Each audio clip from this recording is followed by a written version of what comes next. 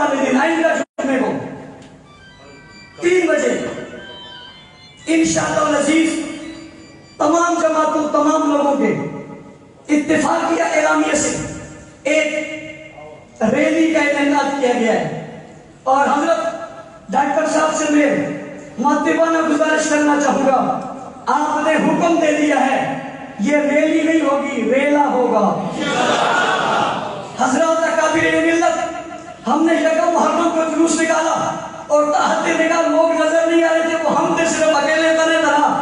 آپ جیسے لوگوں کا سایہ اور سرپرستی ہوگی، اس کا سرا آخری نظر نہیں آئے گا۔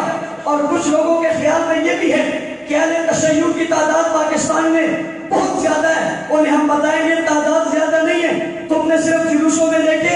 میں نے کل ذمہ دار سے کہا تھا انہیں جمعے والے دن اپنی عبادت خانوں میں دیکھو، ان کی صفیں کتنی بڑی ہیں، پھر پتہ چلے گا کتنے۔